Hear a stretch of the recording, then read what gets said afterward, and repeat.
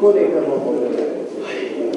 कर्मचारियों पर लाठीचार्ज करने वाले, कर्मचारियों पर पानी की बौछारें करने वाले जब सत्ता पक्ष से हटकर विपक्ष में गए तब कर्मचारियों की याद आ रही है।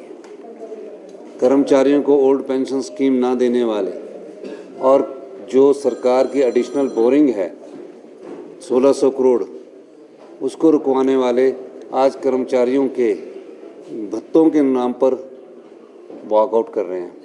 वॉकआउट सिर्फ ध्यान बांटने की कला है। कर्मचारियों के डीए से इनको कुछ नहीं लेना है। हमने जब से हमारी सरकार आई है 11% के करीब हमने कर्मचारी अधिकारियों को डीए दिया है। और मैं आपको ये बताना चाहता हूँ कि पहली कैबिनेट में हमने सरकारी कर्मचारी और अधिकारियों को ओल्ड पेंशन स्कीम दी।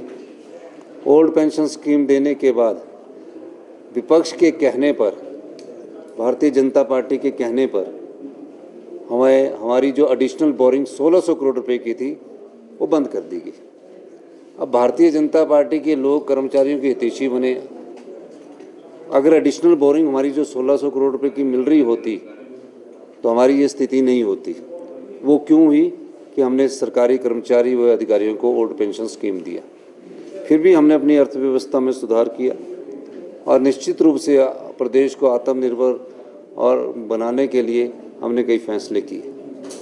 इतना ही नहीं, इनके समय 6th पे कमीशन तो दे दिया गया और 10,000 करोड़ रुपए की लायबिलिटीज़ हम पर छोड़कर चले गए। अब ये सच्ची बात सुनना ही नहीं चाहती। ये तो वो बात होगी उल्टा चोर कोतवाल को डांटे, फैक्ट्स पर जाना ही नहीं चाहते।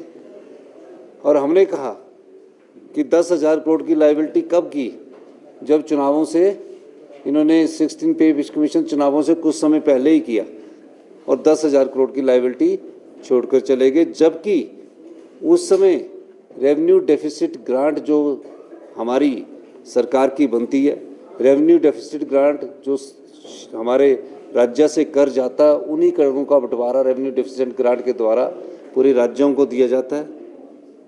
इनके समय 2017-18 में रेवेन्यू डेफिसिट ग्रांट 11,000 करोड़ आती रही। एक समय 18-19 में 12,000 करोड़ आती रही।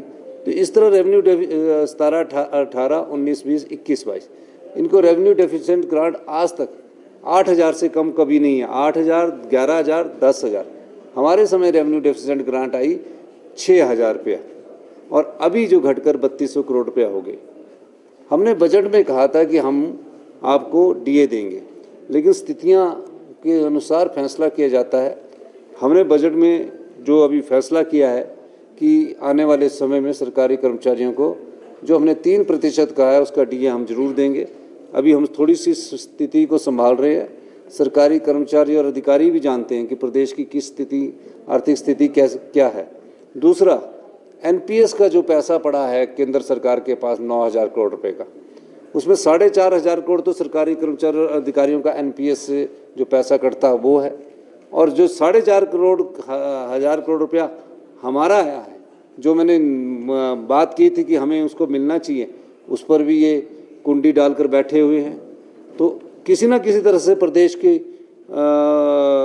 आर्थिक संसाधनों को भारतीय जनता पार्टी के कान बंद किया जा रहा है। अभी हमारा ध्यान सिर्फ ये है कि जो आपदा प्रभावित परिवार हैं उनका मदद की जाए, उनको किसी तरह एस्टेब्लिश किया जाए, सड़कों को खोला जाए। उसके बाद हमारा दायित्व ये बनता है कि जो सरकारी कर्मचारियों की देनदारी है उस देनदारी को हम धीरे धीरे कम करेंगे।